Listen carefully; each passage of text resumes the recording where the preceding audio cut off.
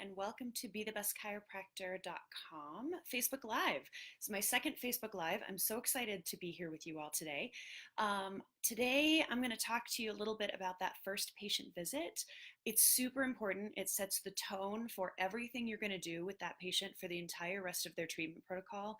So it can either set you up for success and set the patient up for success or not. So I would like all of you to be successful. You know, one of my biggest passions is to make sure chiropractors all over the world are more successful than they ever thought possible, both with their treatment protocols, but as well as how they look in their community and how the other people participate in their life and how they participate in their patients' lives and those kinds of things. So let's get started on that first patient visit. Why is the first patient visit so important? It sets the tone for everything you're going to do. And if you set it up with success, your patient will understand your philosophy. They will be a good fit for your practice. And they will just all around be a better person to be in your office on a regular basis. They're going to heal so much faster if you set this appointment up for success. And they'll understand why it is they're coming in and what it is that you're doing for them. So the very first thing that happens on a new patient visit is they walk in the door, right? So you need to make sure that your staff is really great at welcoming them. Many times I go into a chiropractic office and I get the, "Can I help you?"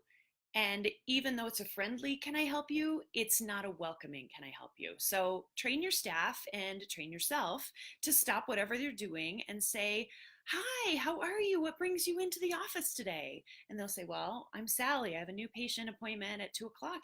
Sally, it's so nice to meet you. We are so happy you are here. Let me get you that new patient paperwork to fill out, and then the doctor will be with you shortly." So now Sally feels welcome. She feels like you want her to be there and that it's important that she be there. And then from there, you hand her the new patient paperwork. So for the paperwork, it's really important that your paperwork reflects your philosophy.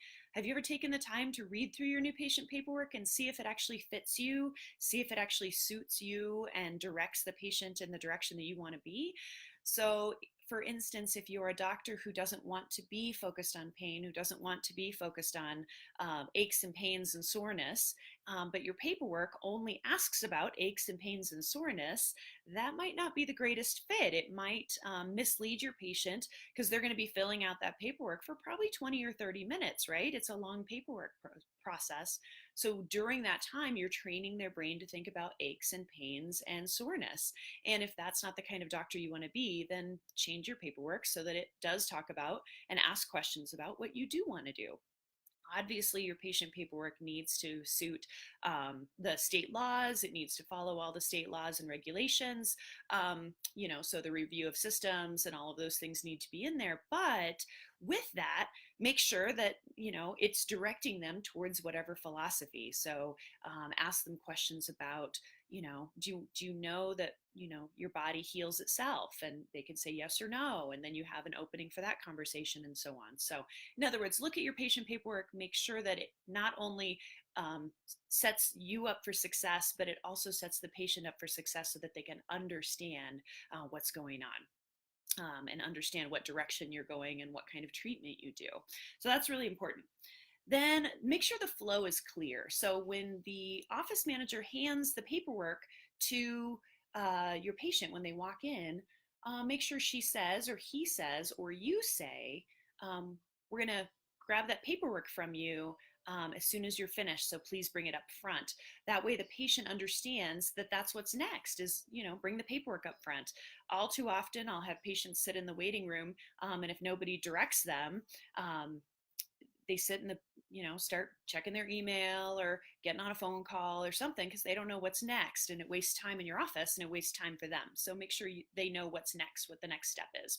And then the cool part is then you get to bring the patient back. So make sure that either the doctor greets the patient and brings the patient back, is enthusiastic and excited and full of energy. So you want to, "Sally, it's so great to meet you. I'm so excited to get started with you today. There's some amazing things that we can do for you today. Come on in." So Sally's like, "Ooh, that's awesome. Let's go on in." So then Sally goes on in and you take her back and sit her down. And again, thank her for coming into the office that day. "Sally, thank you so much for taking this step to make yourself healthier. tell me your story. Tell me all about it. So when you ask the patient to tell you their story, it does many things. It helps you connect with them. You get in with them as far as what's going on with them, what's really deeply bothering them. They'll tell you the story in the background. So of course you'll get the patient history and the case history and all of that.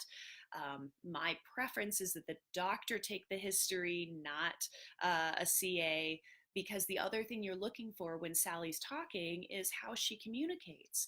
You want to be able to connect with Sally, so you want to use the words that she's using. You want to speak slowly or loud and vibrantly so you can reflect back to Sally her way of being, so you can connect with her. You want to mirror, you can gosh, read a billion books about sales, and they all talk about being able to mirror the other person and reflect back to them what it is that you are seeing. So those things are really important when you're looking to connect and looking to create rapport with others. So once you got that going and you're going through the paperwork with them, make sure that if they say something like, gosh, it hurts when I go up the stairs, when I carry the laundry up the stairs. Take a minute and reflect back to them. You know what? I understand that it hurts when you are climbing up the stairs with the laundry, that your lower back is achy.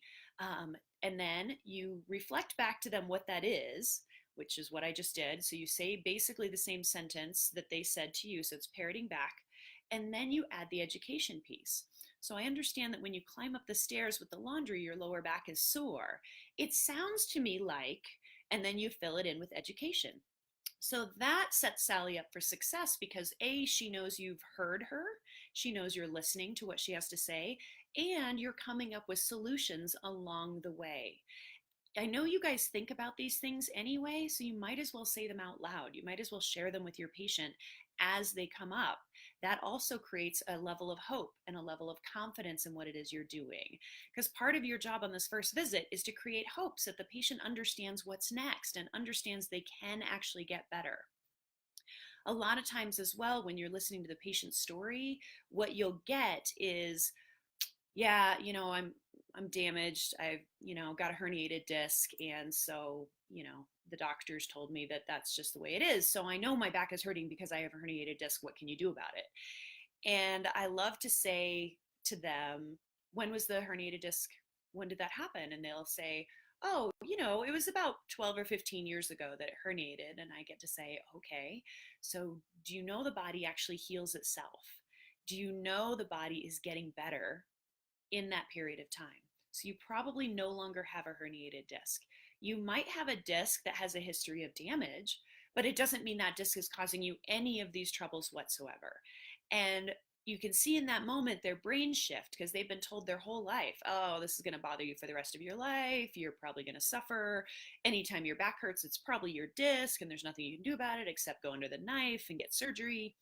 And you get to say, it might not be that disc after all, or if it is the disc, we can actually give you some supplements to help stimulate that disc's healing and get your core stronger so that that nerve interference goes away and the disc actually heals and gets better and never, ever, ever comes back.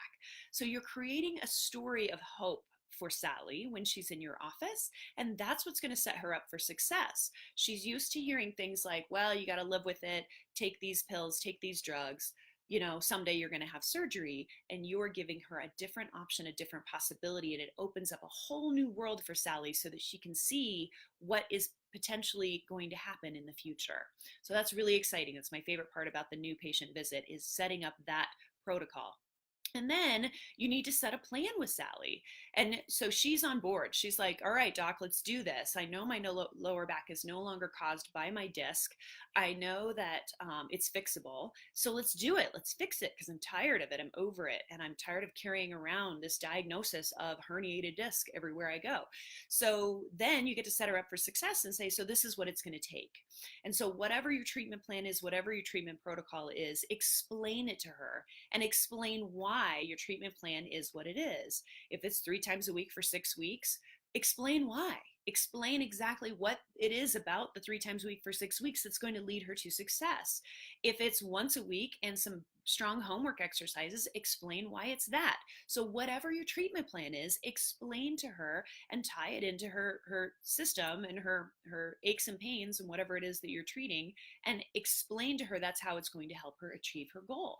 Then she'll be on board for a really long time and she'll actually get better. One of the biggest drawbacks of the new patient appointment is that we are so incredibly good at getting rid of pain because we're chiropractors and we're amazing at getting rid of pain. And we're so good at it, and we forget to tell them that the function piece is so important. So the pain goes away, 1 or 2 visits, meh, and that's easy. I could do that in my sleep, right? But the function isn't fixed yet, so the pain's going to come back over and over and over. And so they're going to think chiropractic care doesn't work, but it does work as long as they stay the course. So you need to be good at your patient education so that you can educate them as to, how many visits it's going to take and what kind of things you're going to be doing on the visits and why that's going to get better and what results to expect.